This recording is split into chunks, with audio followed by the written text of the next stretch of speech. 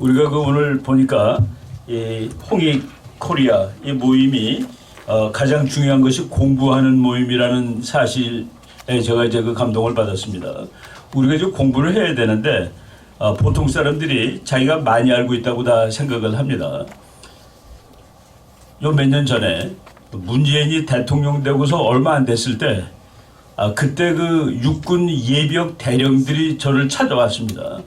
찾아와가지고 교수님 공부 좀 가르쳐 주세요. 그 뭐를 가르쳐 달라고 그러십니까? 그랬더니 국제 정치를 가르쳐 달라고 그러더라고요. 그 당신네들이 예비역 대령인데 다 육사 나오고 그런 사람이 국제 정치를 가르쳐 달라는 게 도대체 말이 안 되는 소리 같다. 그랬더니만은 그분들이 뭐라고 그러냐면은 우리가 아는 거 가지고 아들도 설득이 안 됩니다. 예. 아들이 좌파인데 그 좌파 아들을 설득하지 못하는 그 우파 지식은 지식이 아닙니다. 그리고 제가 대학에서 이제 쭉 뭐 가르쳐 보기도 했고 논문도 써보고 좌파보다 우파가 한 3배쯤 공부해야지 비슷합니다. 왜 그러냐면은 젊은 친구들이 그 걔네들은 이 가슴, 심장으로 생각을 하는 애들이에요. 그래서 이 감정이기 때문에 좌파가 1시간 공부하고서 걔네들을 감동 주는데 우파는 머리를 감동을 줘야 됩니다. 근데 심장보다 머리를 움직이려면 적어도 공부를 3배는 더 해야 된다. 바로 그런 의미에서 이제 우리가 이 홍익 코리아 공부하는 그런 집단 지성 이것을 만들자는 데 대해서 저는 그 동의하고 있습니다. 제가 그 유튜브를 지금 해가지고 뭐 한 36만 4천 명 구독자가 있는데 제가 유튜브를 하게 된 것은 지금 우리 김서구 이제 선배님이 말씀하신 것처럼 그 돌아다니면서 얘기를 했는데 그게 막히더라고요. 대통령이 바뀌고 세월이 바뀌니까. 그래서 이제 유튜브라는 새로운 수단이 생겨서 이거로라도 내가 세상에다가 옳은 소리를 해야 되겠다라고 생각을 해가지고 문재인 대통령 취임하는 주에 토요일 날 1호 방송을 보냈습니다. 그런데 그걸 하다 보니까 지금 여러 해가 지나가지고 아직도 그냥 계속 하고 있는데 우리가 계속 공부를 해야 됩니다. 여러분 금년에 우리나라 방송 보셨죠? 11월 5일, 11월 6일 개표 방송 하는데도 카말라가 된다고 그러더라고요. 개표 방송 중인데 뭐 그 사람도 괜찮지 않겠어요? 나와서 카말라가 된다고 그래요. 저는 금년 1년 동안, 지난 1년 동안 미국 대통령 선거에 관한 강의를 뭐 수십 번도 더 했는데 단 한 번도 카말라가 된다는 생각을 해본 적이 없습니다. 전부 트럼프가 된다고 그러고 11월 4일 밤에 어느 기도 모임 가서는 312대 226으로 트럼프가 될 거다라고 그 수세까지 마쳤습니다. 근데 그것은 점쟁이라서 맞추는 것이 아니라 미국 정치 공부하다 보면은 2주가 트럼프로 넘어가겠구나. 저주는 그대로 카말라 찍겠구나. 이거 해가지고 전쟁에서 이렇게 찍어보면 나오는 숫자인데 그거를 우리나라 기자들, 뭐 우리나라 큰 신문, 작은 신문, 뭐 모두 다 틀렸습니다. 그럼 이제 어떻게 할 거예요? 그 개자식이 미국 대통령이 됐는데 우리나라 언론에 의하면은 개자식이 미국 대통령이 된 상황입니다. 어떻게 할 거예요 지금? 바로 이런 것들이 우리나라가 집단 지성 이것이 너무나 허약하다는 계획입니다. 오늘 그 미국 걸 보니까 카말라 해리스는 후보가 된 이후에 자기네 내부 여론조사에서 자기네가 이긴다고 한 번도 나오질 않았대요. 한 번도 자기네가 이긴다고 나오질 않았는데 그렇게 되면은 누가 그 선거 비용을 보내겠습니까? 그러니까 거짓말을 쉬지 않고 한 거예요. 거짓말을. 그리고 저는 뭐 제가 독특한 게 아니라 미국 뉴스 그냥 뭐 미국 그거로 보는데 우리나라 모든 신문이 전부 CNN이나 뉴욕타임즈나 워싱턴 포스트만 보고 베끼더라는 얘기입니다. 그거는 왕년에는 끝내주는 자료였습니다. 제가 유학할 때 한 40년 전에 뉴욕타임즈나 워싱턴 포스트는 박사 논문에 인용해도 교수가 뭐라고 그러지 않았습니다.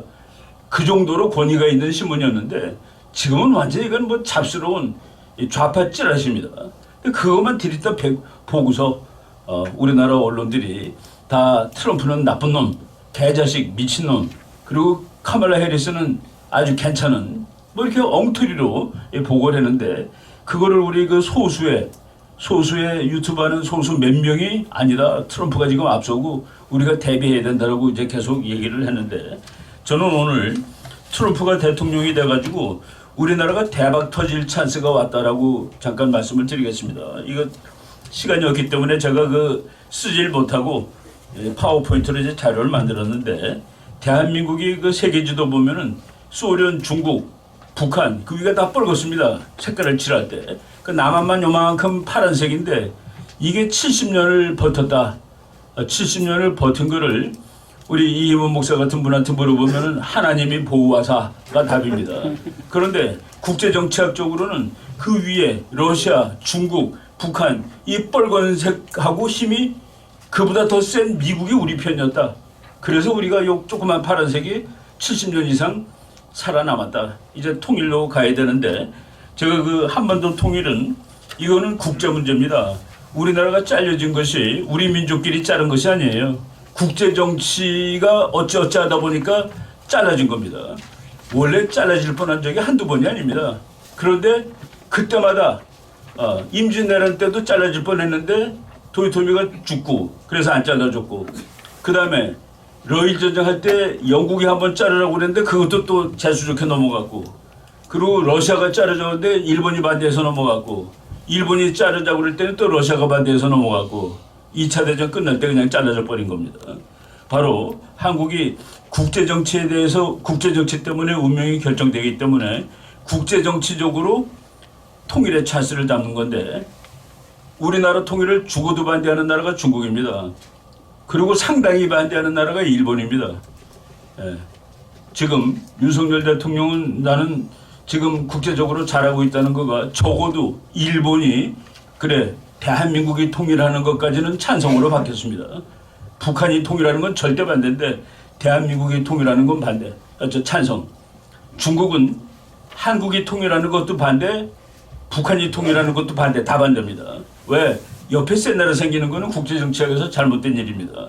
그래서 중국이나 일본은 한국이 통일하는 거, 한국이 통일하면은 대한민국 더하기 북한이라는 통일국가가 생기는 것이 아니라 대한민국 곱하기 북한이라는 통일국가가 생깁니다. 통일하는 그날 통일한 한국은 군사력이 프랑스랑 같습니다. 인구가 독일하고 같습니다. 그리고 경제력은 통일하는 날 어떤지 아십니까? 남한하고 북한이 통일하면 그 통일 한국의 경제력은 대한민국하고 같습니다. 대한민국이 100인데 지금 북한이 1.6입니다. 통일하는 나라가 통일한 그날 101.6이 됩니다. 그런데 그래도 우리가 왜 통일을 해야 되느냐? 통일하게 되면은 뭐 여러 학자들 계산했지만은 북한은 1년에 17% 경제 성장이 가는 거로 나옵니다. 남한이 통일했을 때. 그리고 북한이 17% 성장이 되면은 대한민국도 덩달아 9% 성장하는 거로 나옵니다. 그거를 우리가 계산해 보면은 통일하고 9년째에 지금 영국의 경제력이 나온다. 그러면은 통일하고 9년 됐을 때 통일된 이 나라는 영국의 경제력, 프랑스의 군사력, 독일의 인구. 여러분 영국, 프랑스, 독일은 세계 역사에서 누구도 자타가 공인하는 강대국 중에 강대국입니다. 한국이 그럴 수 있는 상황이 통일을 통해서 이루어집니다. 통일을 통해서 홍익 코리아가 가능하다라고 얘기하는데 오늘날 그 국제 구조가 그래도 그 어느 때보다도 괜찮은 상황이 되었다. 그러니까 우리가 통일을 하려면 통일을 반대하는 중국의 힘, 통일을 반대하는 북한의 힘 보다 통일을 원하는 우리의 힘, 그리고 미국이 혹시 그래 니네 통일하는데 지지해 줄게 그 힘, 이것이 반대하는 힘보다 세면 되는데 지금 바로 그런 상황이 왔다는 얘기입니다. 뭐냐면은 중국을 사실은 미국이 길러줬는데 지금 중국이 크다 보니까 미국 사람들은 중국이 크면은 중국도 민주주의가 되고 미국하고 사이좋게 지낼 수 있는 나라라고 착각했었습니다. 근데 지금 보니까 이거 더 키웠다가는 큰일 나겠다라고 생각을 해가지고 미국이 본질적으로 중국을 이제 도전자의 반열에서 꺾어놔야 되겠다. 그 정책을 처음으로 시작한 사람이 트럼프 대통령인데 지난 4년 동안에는 대통령의 낙선하는 바람에 못했고 이번에 다시 대통령이 됐는데 트럼프 정책을 보면은 한마디입니다. 중국은 우리나라에 대한 미국에 대한 도전자의 반열에서 나갈 것, 탈락할 것. 중국 힘이 약해지면은 북한은 자동으로 뭐 힘이 0이 되는 거나 마찬가지입니다. 그래서 지금 트럼프 대통령이 중국을 발로 짓밟겠다라고 하는 이 순간을 우리가 통일할 수 있는 절호의 찬스로 활용을 해야 되겠다라고 생각합니다. 많은 사람들이 트럼프가 되면은 국방비 올려달라, 방위비 올려달란다. 방위비를 올려달라는 나라가 미국이 아닙니다. 미국은 천조국이라고 그러죠. 국방비가. 미국은 총알값을 남의 나라한테 받지 않아요. 트럼프가 우리 보고 더 달라는 돈은 뭡니까? 예, 여기 미군이 28,500명 와 있는데 28,500명이 여기 있다 보니까 비용이 든다. 그 비용을 니네들이 좀 내면 안 되겠니? 다 내는 것도 아니고 좀 내라고 어느 정도. 예, 그 비용을 우리가 1991년까지는 안 냈습니다. 91년부터 내기 시작해서 조금씩 오르는 거예요. 지난 6년 전에 트럼프 대통령이 대통령일 때 그때 미국 국방장관 마크 에스퍼가 한국 와가지고 야 너네가 지금 9천억 원 정도 한국 돈을 내고 있는데 1조 3천억으로 올려주면 안 되냐. 아, 문재인 대통령이 죽어도 그건 안 된다. 그래갖고 1조에서 낙찰을 했습니다.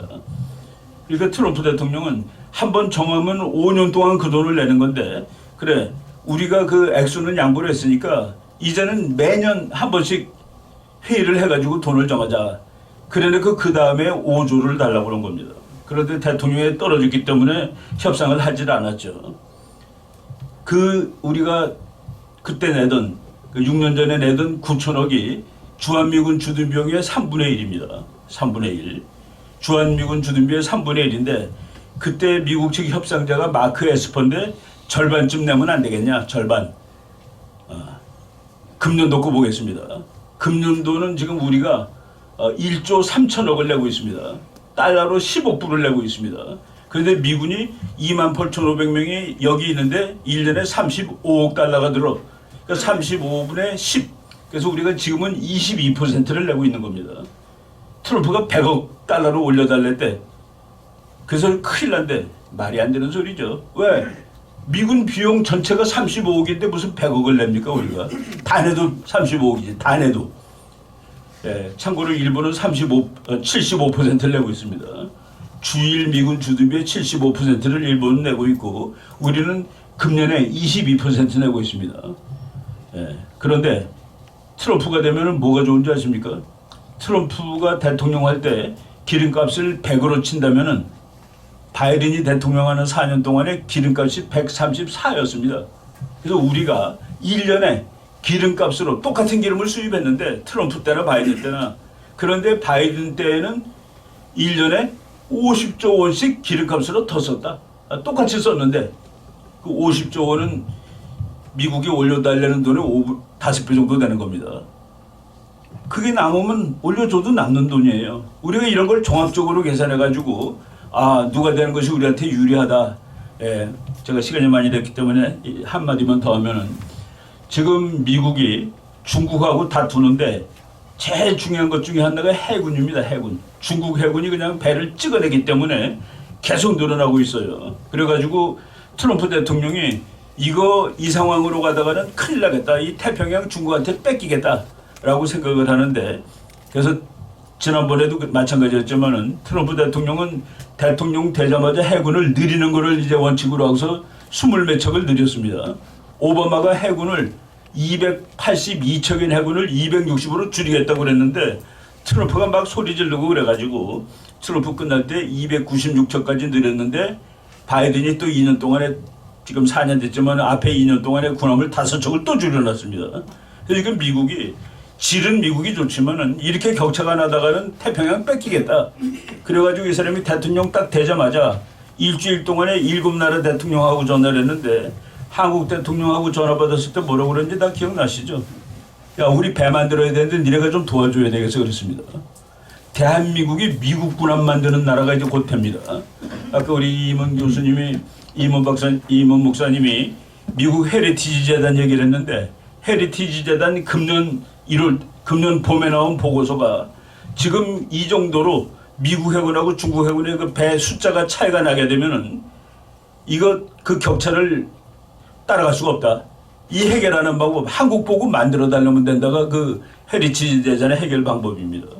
미국 CNN 방송은 뭐 트럼프를 좋아하지 않지만 그 사람들은 그래도 애국적이에요. 그 작년 6월달에 특집이 나왔는데 재미있습니다. 이 배들이 세상에서 제일 좋은 배들입니다. 이 군함들이 세계에서 제일 좋습니다. 불행하게도 그 군함은 미국제가 아닙니다. 해놓고 세계에서 제일 좋은 군함으로 세종대왕함을 사진을 올려놨습니다. 중국이 3대 만드는 동안에 미국은 1대밖에 못 만든다. 그런데 한국은 미국만큼 좋은 군함을 중국만큼 빠른 속도로 만들 수 있다. 그러니까 한국 거를 사오든지 우리 설계도를 주고 한국 보고 만들어 달래든지 그렇게 함으로써 지금 미국이 당면한 중국과의 싸움 문제를 해결해야 되겠다라고 얘기를 했습니다. 우리가 이걸 잘 하면은 우리는 미국한테 그래 군함 만들어줄게 트럼프. 너도 우리한테 하나 해줘야 되지 않겠어? 나는 이거 하나를 요구하면 될 거라고 생각합니다.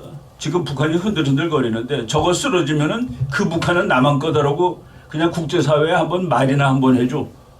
선언하면 되죠. 대통령이 미국 대통령이 야 지금 북한이 비틀비틀 하는데 중국 그 무너지면은 그거는 한국 거야. 네, 바로 이런 상황을 우리가 만들어 가야 되는데 앞으로 이 홍익 코리아에서 이런 공부 많이 해가지고 금년간 우리가 통일을 이루고 여러분이 제일 맨 마지막에 보겠습니다. 제가 그 그림 쭉 갖고 왔는데 여러분 페이지로 20페이지입니다. 20페이지 보면은 거기 그 미국 교수 한 분이 계시는데 조지 프리드맨 박사라는 분이에요. 이분이 그 미래에 대한 예측이 너무나도 정확해서 이 사람 별명이 21세기의 노스트라다무스라는 사람입니다.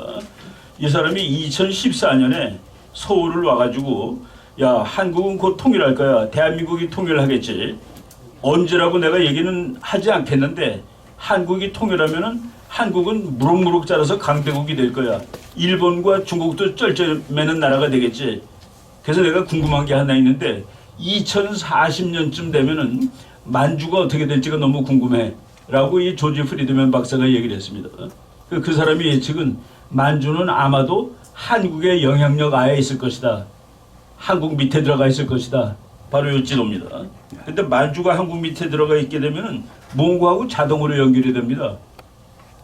이거 그레이트 코리아가 되는 거죠. 제가 홍익 코리아를 영어로 한다면은 뭐가 될까라고 생각했는데 그레이터 코리아, 그레이트 코리아가 되면은 되지 않을까 하는 생각을 해봅니다. 이런 나라가 되면은 우리는 당연히 세계적인 강대국이 되고 고대사 다 찾아올 수 있는 그런 상황이 될 거다라고 생각을 합니다. 이렇게 희망을 가지고 또 공부 열심히 하고 적어도 자기 아들 좌파들은 당장에 그냥 2, 3분 만에 박살 낼 수 있는 그런 실력을 우리가 다 가지고 있어야 됩니다. 함께 공부하기를 권유하겠습니다. 감사합니다. 네.